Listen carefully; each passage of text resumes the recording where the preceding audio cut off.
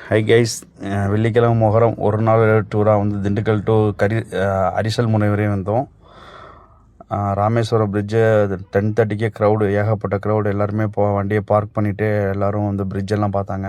நாங்கள் ஏற்கனவே பார்த்துட்டோம், ரொம்ப க்ரௌடாக இருந்தது. நாங்கள் வந்து அங்கே அரிசல் முனை போகணும், தனுஷ்கோடி போகணுன்னு சொல்லிவிட்டு அங்கே நிற்காமல் நாங்கள் போயாச்சு. இதான் தனுஷ்கோடி. பாருங்கள், கடல் பாருங்கள் எவ்வளோ அப்படியே ப்ளூ கலரில் அவ்வளோ நல்லா இருக்குது. கடல் அவ்வளோ க்ளீனாக நீட்டாக இருக்குது. ரோடு நல்லா இருக்குது, ரோடு சூப்பராக இருக்குது போகிறதுக்கு.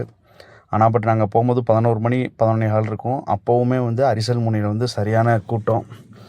நாங்கள் 1 கிலோமீட்டருக்கு முன்னாடியே வண்டியை பார்க் பண்ணிவிட்டு அங்கேருந்து நடந்து தான் போனோம். லாஸ்ட் டைம் வந்திருந்தோம், அப்போ சுத்தமாக போகவே முடியல. அதனால தான் சரி இன்றைக்கி போகலான்னு சொல்லிட்டு வந்திருந்தது. சரியான க்ரௌடு 11 மணிக்கே. உங்களுக்கு ஏகப்பட்ட பேர் ஏர்லி மார்னிங் 7 மணி 8 மணிக்கெலாம் வந்துட்டாங்க போல் இருக்குது. கடல் பாருங்கள் எவ்வளோ அழகாக இருக்குது. ஏதோ ஃபாரினில் கடல் பார்க்குற மாதிரி இருக்குது.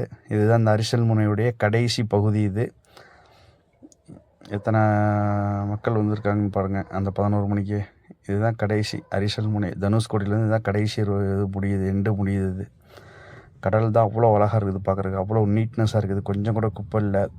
ஆனால் பட்டு கீழே இறங்கி விளையாடுறதுக்கு அங்கே வந்து அலோவ் பண்ணலை. சரி ஓகேன்னு அது முடிச்சுட்டு அப்படியே தனுஷ்கோடியில் அந்த பழைய சர்ச் பில்டிங் பார்க்க போனோம்.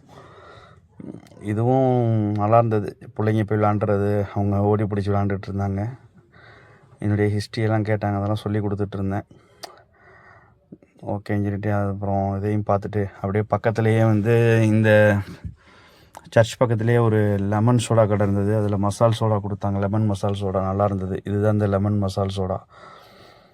அதை முடிச்சுட்டு அப்படியே சரி ஓகே ரிட்டர்ன் போகலான்னு சொல்லிவிட்டு ராமநாதபுரத்தில் போய் சாப்பிட்டுக்கலாம். இங்கே சாப்பாடெலாம் நாங்கள் ஆல்ரெடி சாப்பிட்டது தான். ராமநாதபுரம் போய் சாப்பிட்லான்னு சொல்லிட்டு போகிற வழியிலே ராமேஸ்வரத்துலேருந்து நம்முடைய ஆட்டோக்காரன் யூடியூப் அண்ணாவுடைய ஷாப் தான் அது. நேற்று அங்கேயும் போய் விசிட் பண்ணோம், ஷாப் பார்த்தோம். பட் அவங்கள பார்க்க முடியல, அவங்க கிடையாது. அந்த 2 பேருமே அங்கே இல்லை. அண்ணாக்கள் 2 பேரும் கிடையாது. இங்கே கருவாடு எல்லாமே ட்ரை கருவாடு எல்லாமே வச்சுருப்பாங்க. 500 kgலேருந்து தான் இருக்குது, 1/2 கிலோலேருந்து தான் இருக்குது பேக்கெட்டு. நல்லா இருந்தது ஷாப்பு. அப்படியே அதை பார்த்துட்டு நேராக ராம்நாடு போயிட்டோம்.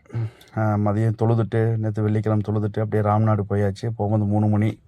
இந்த மால் ஜிஎஸ்எம் மாலுன்னு அங்கே இருக்குது. இந்த மாலில் தான் 2nd ஃப்ளோரில் மந்திக்கிண்டே ஒரு ரெஸ்டாரண்ட் தொப்பி ஓப்பா கடையில் வந்து இருக்குது. இந்த உட்காந்து சாப்பிட்ற மாதிரி, இந்த மாதிரி ஃபேமிலியோடு போனோம்னா அந்த மாதிரி உட்காந்து சாப்பிட்ற மாதிரி. நாங்கள் ஒரு ஃபுல் மந்தி ஆர்டர் பண்ணோம். எங்கள் ஃபேமிலிக்கு ரொம்ப கரெக்டாக இருந்தது. நான் மதியம் எல்லாருமே ரொம்ப லேட்டு சாப்பிட வந்து 3:30 மணி. ஃபுல் பசியில் இருந்தனால இந்த இதுதான் மந்தி பிரியாணி. நல்லா டேஸ்ட்டாக இருந்தது, நல்லா நீட்டாக சாப்பிட்டாச்சு.